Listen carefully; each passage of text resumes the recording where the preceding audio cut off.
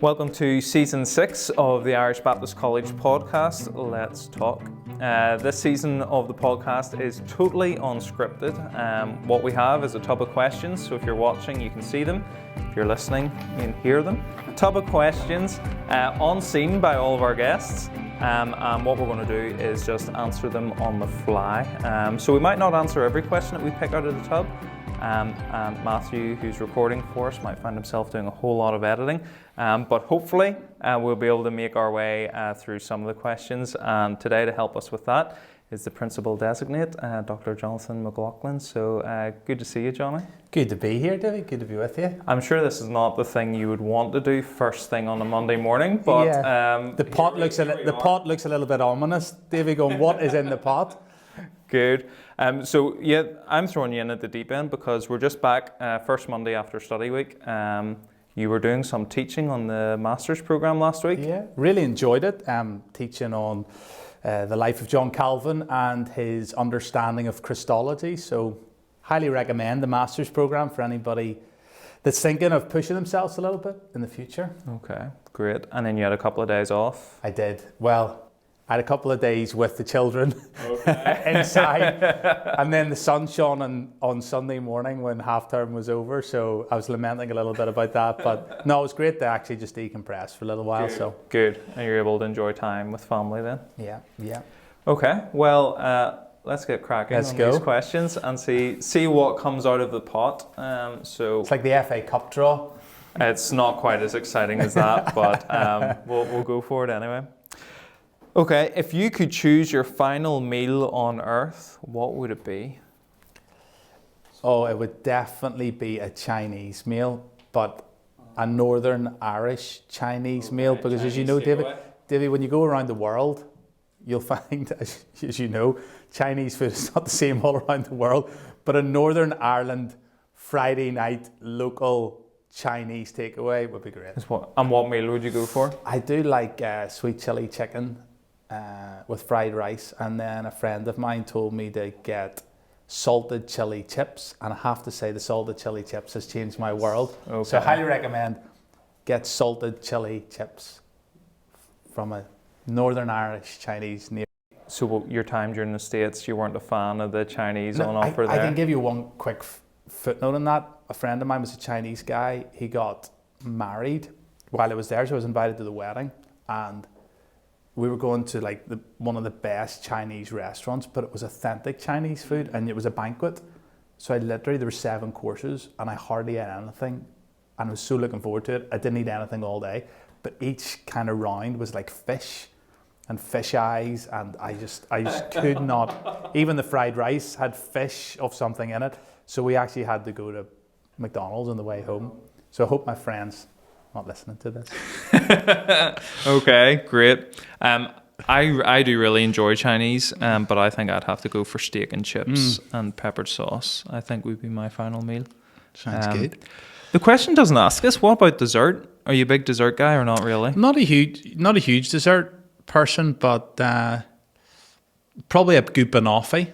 Okay. A good banoffee's hard to beat. My wife's banoffee's great. I'm biased, but good banoffee's good. Good brownie points there. That's good. Somebody could bring it into the college, for us and the students, Well, if someone wants maybe 3 or 4 banoffies, Yeah, we'll definitely help. Yeah.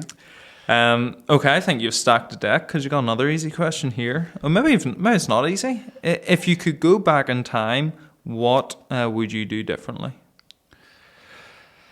Wow, big question. What would you do differently if you could go back in time?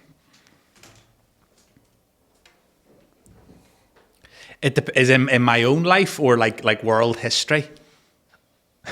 I don't know. It sounds like you got big plans, Johnny, for world history. I'm going to presume your own life, but I'm not really sure. The question doesn't stipulate, so you can take it any way you want. I think just prioritizing people. I think the older I've got, when I'm not saying I'm really old at the moment, but it's prioritizing people, whether it's ministry. Ministry is about people. Even when I was heavily involved in the sporting world, it's people that I probably spend a bit more time with. Even when you hear some professional athletes retire, particularly in the rugby and football world, they'll say, what's the thing you miss most?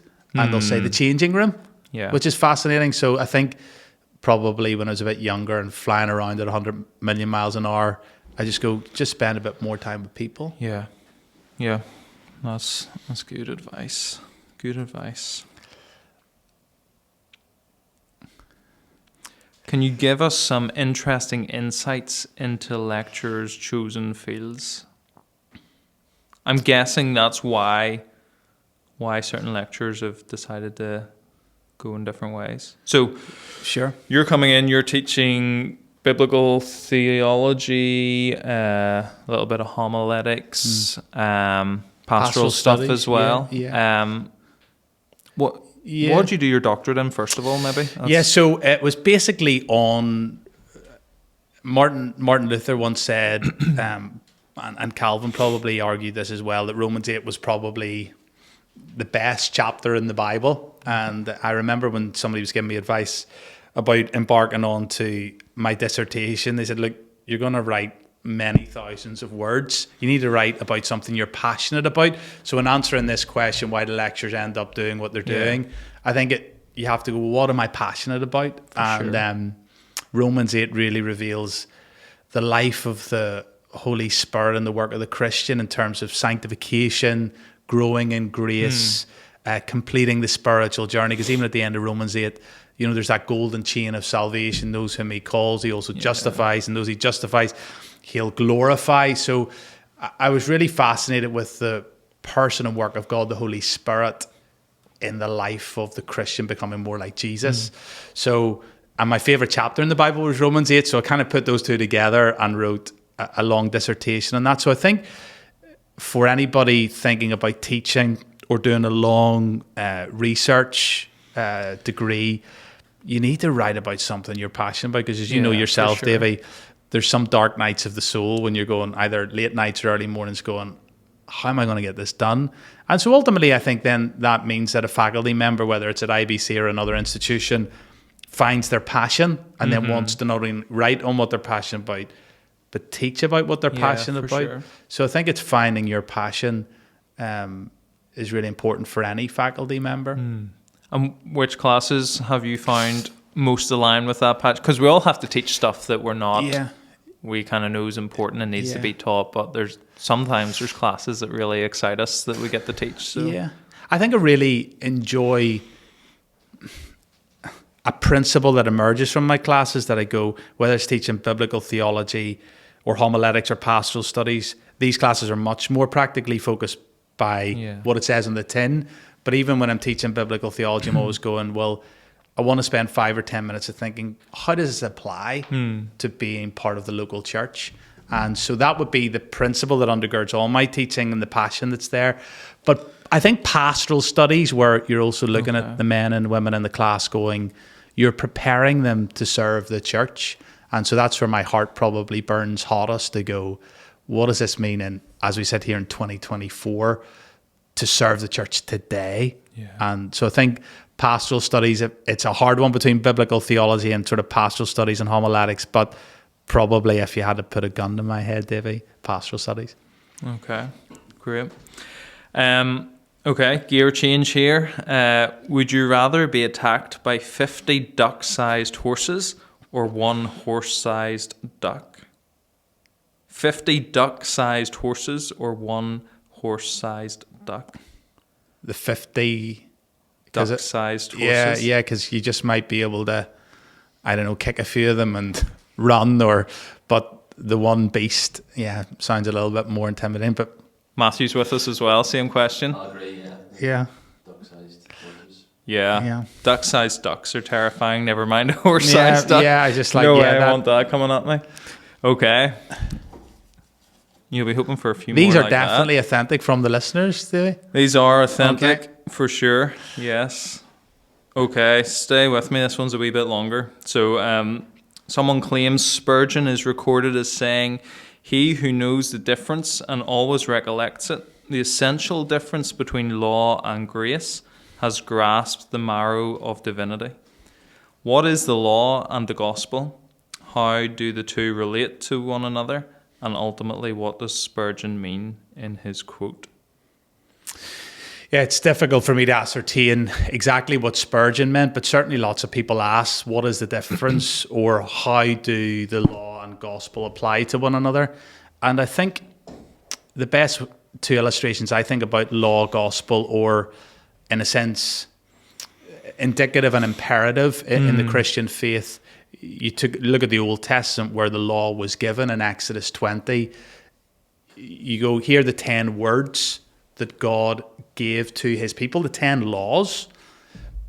People go, well, was the Old Testament then more law-based and the New Testament more grace-based? But you go, when you study Exodus 20, it's after their redemption, after they've been saved, after 400 years of bondage to a wicked slave master. God in his grace, through the mediator Moses, comes and frees them from their slavery. And I think it's in Exodus 20, verses 1 and 2, God speaks of his grace, and then he says, based on that grace, here's 10 words to live by.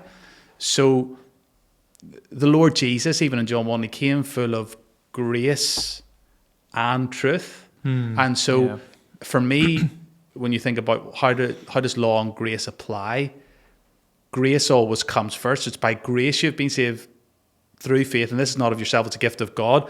But then even at the end of Ephesians, that part in Ephesians 2, but you're created for good works. So I think we always lead with grace, but God has also given us gracious laws to live by. And so whether it was in Exodus, grace, here's 10 words to live by. Ephesians, here's my grace, chapters 1, 2, and 3. Here's, in a sense, imperatives or laws to live by, 4, 5, and 6. So law is always marinating itself in grace, but without that grace, it's just a works-based righteousness. So I'm not sure what Spurgeon meant, having not studied what he said in that particular context. But for me, it's always grace-based obedience, but there's natural laws that emanate out of that. Excellent.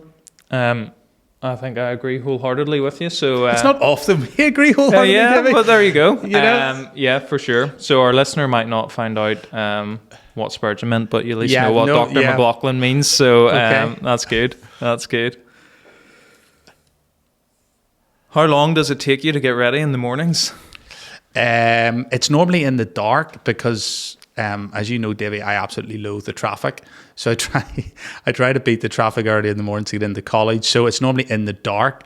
So I normally will have to check myself when I get into college to go. Am I actually, have I dressed myself appropriately? Because it's normally starting to brighten up by the time I get here. So probably in my morning routine, probably 15, 20 minutes. But I'm trying to get out to beat the traffic if I can. That's a quick turnaround. It takes me at least 45, but I'm slow in the mornings, so it's usually about midday before I get going. Yeah. What are the theological pros and cons to using generative AI for sermon writing and preparation? So AI for sermon prep, Chat GPT. Full disclosure, I have not used it yet. It is something that obviously as at a college level we've been thinking about how will it apply to the academic world. A sermon has got to come from you. It was John Broadus who originally said it's God's truth coming through our personality, and then that was probably popularized by Martin Lloyd-Jones in his book Preachers and Preaching about it's God's truth coming through our personality. And if people who are preparing a sermon go straight to modern day tools, I think they bypass a lot of the work of God, the Holy Spirit, helping us to see wonderful things in God's law, which then excites us to then bring that to God's people. So I think some of the challenges, let's just take all modern day tools, whether they're extensive language tools or commentaries or AI or Google searches.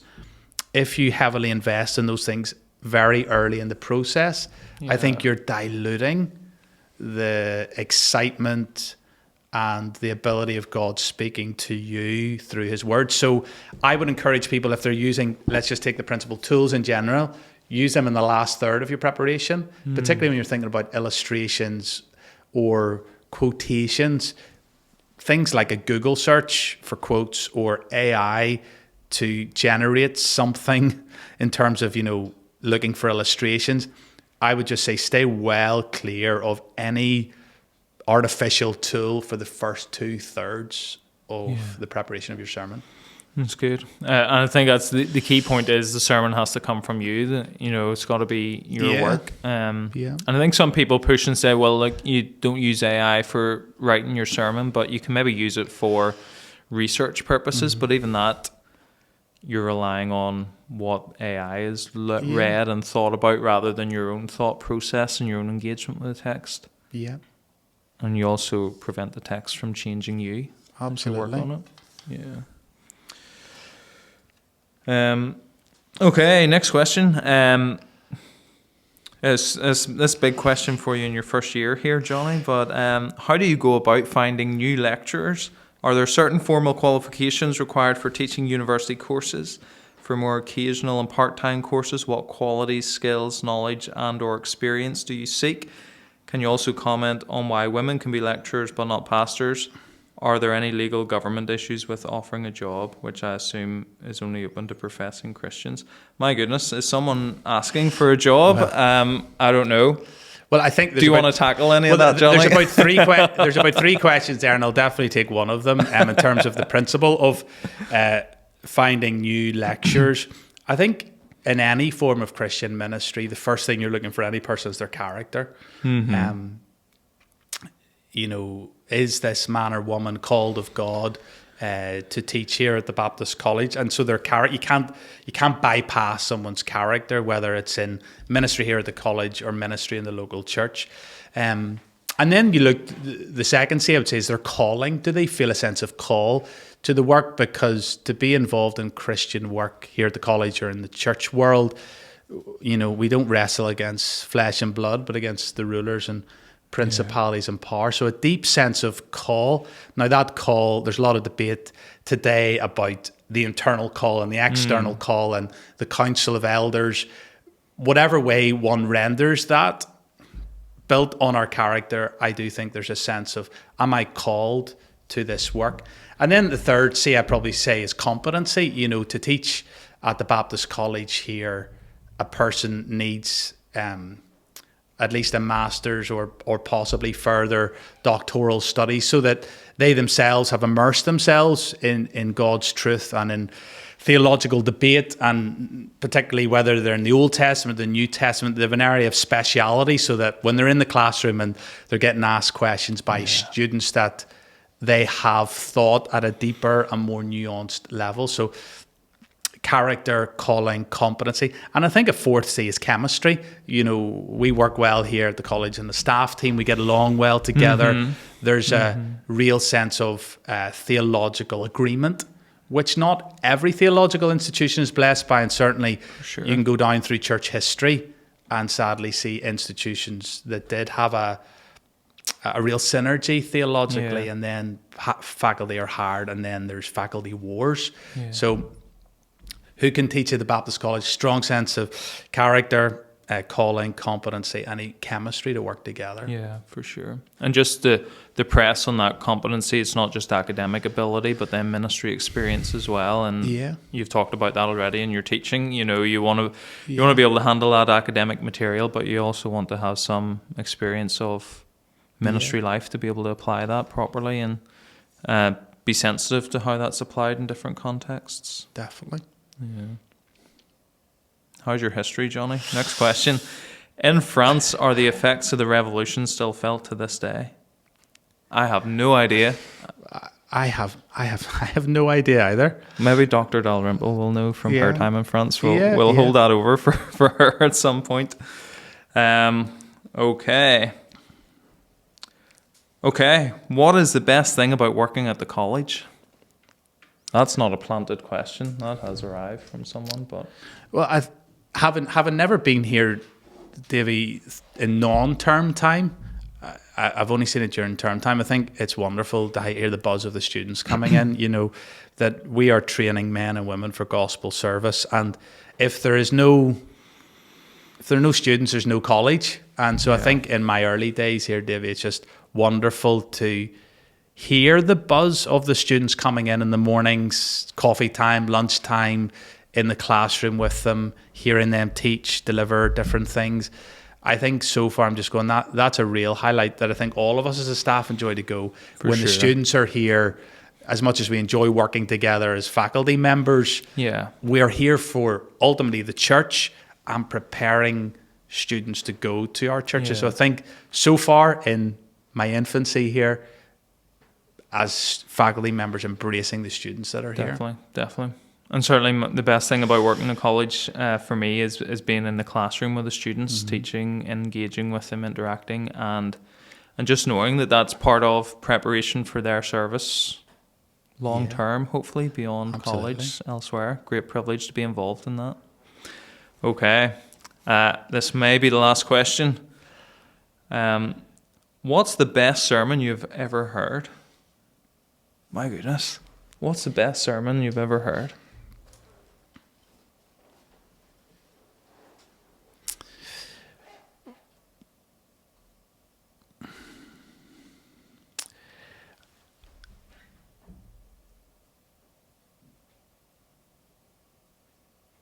It's a difficult one to answer because there's two. Did you want to say it was one of your own? No. that is the worst process.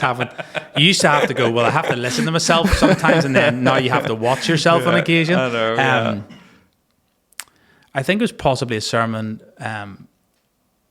by John Piper at a conference I was at on Isaiah 53, and it was a passage that many of our listeners will have heard read, particularly at the Lord's table, very often about Christ being our sin bearer, and even as Piper preached, the word "He" came out so often. He bore our transgressions, He took upon Himself our infirmities, and it was that whole side of the imputation of Christ bearing our sin and our guilt, and then thinking about, like who we were. We all like sheep have gone astray. Each of us have gone to his or her own way, but the Lord has laid on Him the iniquity of us all. And I think as a young man in my early 20s, I knew I was a Christian, but I remember sitting there and even a few tears coming to my eyes, thinking about what Christ had done. In my place condemned He stood. And it was as if God by His Spirit took up this familiar passage to me, and just in the moment of preaching, just even brought the gospel even closer to home. And I look back on that sermon as just having significant impact on my love for Christ. Yeah, that's great. I really don't like these questions because I never have one thing. I always have like several of them. But I can think back to a sermon series Pastor Lindsay Allen did in Carrick on Romans, and Lindsay was in Carrick for a long time, so don't want to offend him, but that sermon series in Romans just was head and shoulders above everything else. I can remember just really stuck with me, just making the gospel live in a similar way to what you've described, Johnny. So great. That's a good note to finish on. Wow. So I'm looking at that bucket full of... There's still a whole lot more questions left for people, that's a good note to finish on. So thank you, Johnny, for your time. Thanks for having me. Appreciate you doing this on a Monday morning, and hopefully it'll be a wee while longer before I force you to do another podcast. Thank you for listening. Great to have you join us. We hope that what you've heard today has been informative, encouraging, beneficial to you, and we trust that we'll see you again next time.